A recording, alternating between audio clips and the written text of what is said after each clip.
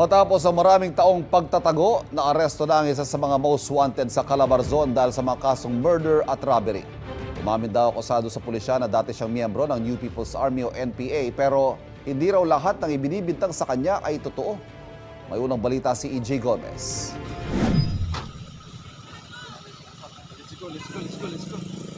Let's go. Sinalakay ng Rodriguez Police ang compound na ito para arestuhin ang lalaking kabilang sa most wanted persons list ng Calabarzon dahil sa mga kasong murder at robbery. Ang 52 anyos na target na corner ng mga pulis sa isang landfill area sa Barangay Mascap. Naharap si alias Commander Ka Arnel sa patong-patong na mga kaso na isinampa sa loob ng mahigit 15 taon. Meron tayong nakuha na 2 warrant na 2 kaso ng murder and then 4 na robbery. And then nakalagay pa doon sa ating e-warrant ay meron pang umaabot ng 20 yung kanyang warrant. Sa investigasyon at pag-amin mismo ng akusado na pag-alamang dati siyang miyembro ng New People's Army. Ni-reveal niya na nagkaroon siya, naging party siya nung naganap na ambush noong 2009 dito sa may Macabod, Barangay Macabod. Kasama rin siya sa pag-ambush na nangyari noong 2010 naman dito sa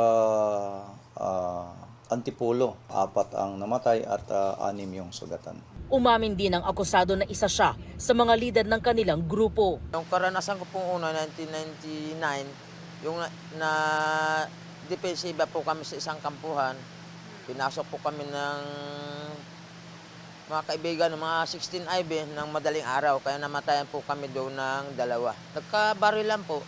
Noong 2020 o 5 years ago, ay nag-attempt na siyang mag-surrender sa Philippine Army na nakabase dito sa Rodriguez, At hindi nga lang nag-process dahil ayon sa kanya ay biglang na-pull out yung army na nakabase during that time. Sagot ng akusado ukol sa mga patong-patong na kasong murder, frustrated murder at robbery. Hindi, ang ilan po doon, totoo, pero yung doble-doble po na pagpatay at saka yung pang-hold up, ayun po ang hindi ko masasagot po dahil hindi po ako kasama sa aktual po niya.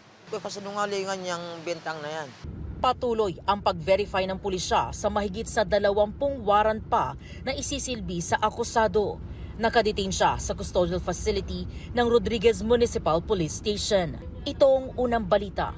EJ Gomez para sa GMA Integrated News.